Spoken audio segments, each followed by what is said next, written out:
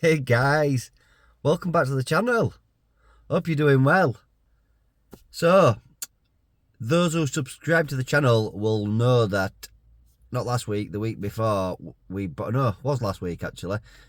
We bought a Peugeot 208 GTI on a 2014 model.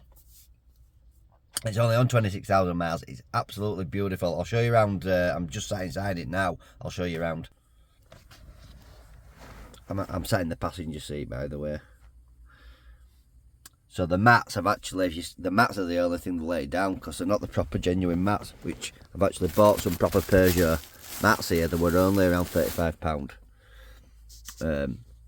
So they need fitting in, but yeah, the cat, I mean, look at the driver's seat, guys. Absolutely beautiful. The tiniest amount of wear there. The steering wheel's nice and small as well, you know, flat bottom. I really like it. I think it's a really nice little car. I'd like to say I've driven it. Well, I have on and off the trailer, yeah. But that's it. Anyway, let's get into why that is. So yeah, we bought the car. It's a sales car, is this? Which we got from auction, and it had a misfire. So apparently the common things to go on these are the high pressure fuel pumps, and they sit on the end of the cam. The end of the cam. The engines in these are 1.6. It's the same engine in, I think, like the 10, 11, 12 reg BMW Mini Cooper. I don't know if it's the S model. I think it's the Mini Cooper S. I'm not right up on the Mini, so I mean, in fact, I've never owned one. One car I've never owned is a Mini. Anyway, so we ordered this part and we've fitted it. Right, I'll get on the bonnet and let me show you the part I'm talking about. That there's your high pressure fuel pump. Now we took that off and we've sent it for rebuilding, and so it's come back now. And we fitted it. So that's the high pressure fuel pump, guys. So that one is the one we sent off, and it's been rebuilt, re-engineered, sent back to us. We fitted yesterday, fired it up, same problem. Now, I could have done more tests before changing that part, but I went ahead of it. I went ahead and ordered it, and without doing any real checks as such, because I knew they were that common at going that I was really pretty certain it'd be that. And I thought, if it isn't that, it won't changing anyway, because they seem to start going. They can go at any miles, but they tend to see them starting around this sort of mileage. So it was £160 to get it well, in fact, with postage and that, it was probably around £180. But it's something that they're really bad known for going, and they all suffer from it. So I thought, we'll get it done anyway, even if it don't fix it. I'm glad it's been done. So that hasn't fixed it. We went then testing the cylinder. I didn't film any of this, guys, because it was raining yesterday when we were doing it, but we went through testing the cylinders, and we went 1 to 4, but we went the usual way, 1 to 4 from the crank. Anyway, after we did it, we realised that this engine's an oddball, and 1 to 4, the cylinder numbers go the other way. So I came back out late on last night, and I popped out the injector. Not the injector, sorry. The spark plug and the coil. And we had it plugged in. It said what it was saying on misfire cylinder 1. Well, when we checked cylinder 1, we thought it was cylinder 1. Cylinder 4 was the cylinder 1. We thought it was cylinder 1. Anyway, once I realised the mistake, I checked it again, and cylinder 1 is missing. Now, it isn't the coil, because I've swapped that over and it's still missing. So what we're going to try is banging a spark plug in. And we're going to swap the spark plugs. We're going to swap the spark plugs with 1 and 2, and we'll see if that misfire continues. If it isn't a spark plug, the other 2 common things that can go with these is, because if they've done low miles, well, one of them is related to the spark plugs. When they've done low miles like this, 2,500 miles a year on average, they can coke up the spark plugs, and it can stop them working right. Now, the spark plugs we inspected was on, which we thought were 1 and 2, were actually 4 and 3, cylinder 4 and 3, and they were working, but they were a bit coked up. Could have done with a set of 4 really. Now, if spark plug 1's worse than them, then it, I can see that it could be just a coked up spark plug. So it might be something as simple as that. However, I'm not holding my breath because it looks like somebody has replaced 2 coils. So you would have thought they would have tested this, but I mean, they might have just replaced them. It might be nothing to do with this fault, because I don't know what the previous owner's done, but I would think they look really brand new to them. So I think they've been chasing this fault.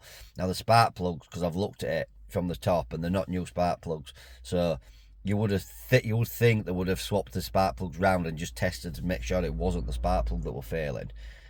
But we don't know what previous owner's done, so that's the next thing we're going to check, is a spark plug. We're going to see if it's a coked up spark plug.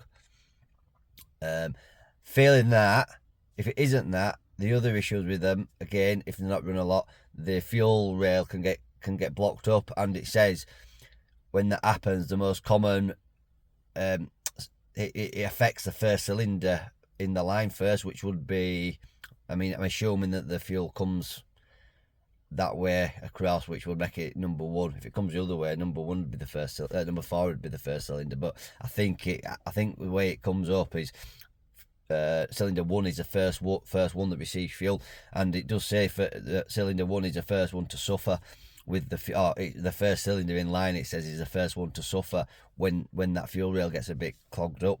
So there's that to check. If it isn't that, then the only thing it can be is an electrical break in the wiring. I have looked at some of the other plugs, and I think they hit with a water sensor plug I looked at, and it is, although they're not arcing or anything, you can see that the cabling has cracked a bit, which ain't good on a 10-year-old car, But I find that with French wiring can be absolutely shocking. It's always been the case. French wiring has always been really poor quality for some reason. It's always been that way. Since time began, it's been that way. So it could be an electrical fault, and I'm leaning to think that it's going to be a break in the wire somewhere, but we don't know. So we've got to start with the easiest things first, which ironically I didn't, because I started with an expensive change of the high pressure fuel pump, but you know why I did that. So next job, we're going to whip out these spark plugs and we're going to test them over. So come on, let's get on with that and let's see what happens. Plenty of oil in cylinder 1.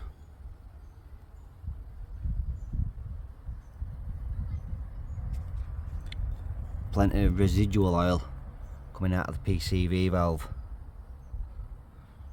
Right, so you'll notice I've had my ears lowered. A day has passed. Right, I didn't film it, guys. I forgot, to be honest. I should have filmed it. So we took the plugs out, we've cranked it over. Cylinder 1's full of oil. Now, where's oil coming from? This car's only on low miles. Is it the stem valves? The seal's gone on that. We don't know.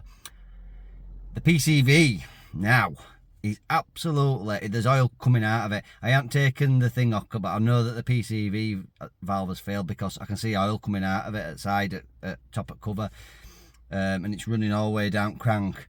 The engine on these are slightly out of level, and cylinder 1 is a low point, so the oil's running. It's running right along to the top. It's actually going on top of the cam shaft sensors, and they are picking a fail up. So the oil could be probably why the cam, the top of the electrical part could be getting in, and that could be bringing the cam shaft sensor fault. Conclusion so far, well, we haven't got a final conclusion, but we think it could be PCV valve failure. For those who don't know, PCV valve is your positive crankcase ventilation, and just about all the engines have got them on. It releases the pressure at the top of the engine basically, and when they fail, they cause smoking, blue smoke, because your engine burns oil. How it does this is the pressure difference in the engine causes the oil to come from the sump, get sucked up past all the valves, past the valves up the cylinder into the combustion chamber, and you end up with oil in the combustion chamber, and you end up then with blue smoke. If you end up with enough, it'll clog up all your spark plug, which is what it's doing on cylinder 1. Now, because the engine's on an angle, I think that's why cylinder 1's suffering really badly, because the engine don't sit level in these, as they're on, you know, they're on a bit of an angle. So that's the lowest point. So that's getting it. It's getting all of it. Other cylinders are dry. From what we haven't put a camera down on it, but the interlock, if there is some getting in interlock, cylinder 1's getting the most of it. So what we've ordered is a new crankcase cover, not the actual cover, but just the like the washer, whatever they call, the rubber. Might not need that. And I've also ordered a new PCV, which is like a big rubber diaphragm, so that's coming tomorrow actually, but we're probably not going to be back on this till Wednesday because our mechanic's away on some other stuff. So we're going to give that, we're going to bang the PCV valve in, but I don't want to say I'm confident and jinx it, but I'm slightly confident that could just be a case of the PCV valve. If it isn't, then it's something more serious, but it's only affecting cylinder 1, and on a car of this mileage, really, you know, stuff shouldn't be where something like a PCV valve wears because it's rubber. Now, it's like I say all the time, not using cars is no good because the rubber parts are not getting lubricated, and it just causes them to break down. And this car hasn't been used that much, and we're seeing again PCV valves breaking down on them. I'll do a video. I'm not saying it'll be the next video, guys, but if you hit subscribe, one of the coming videos, probably I'll put it up probably this time next week, and it'll be the PCV valve rebuild, or we'll be removing it, rebuilding it, but we're going to remove it and we'll take a look at it and see what condition it's in. We'll put the new one in and we're going to see if that cures the 208 GTI, guys. We've also got a Focus ST coming, slightly damaged, a lovely little thing. I don't know anything about the car, but I'm going to do a video about it next week, well, this week, if you like. Hit sub, press like, and I'll catch you on the next one.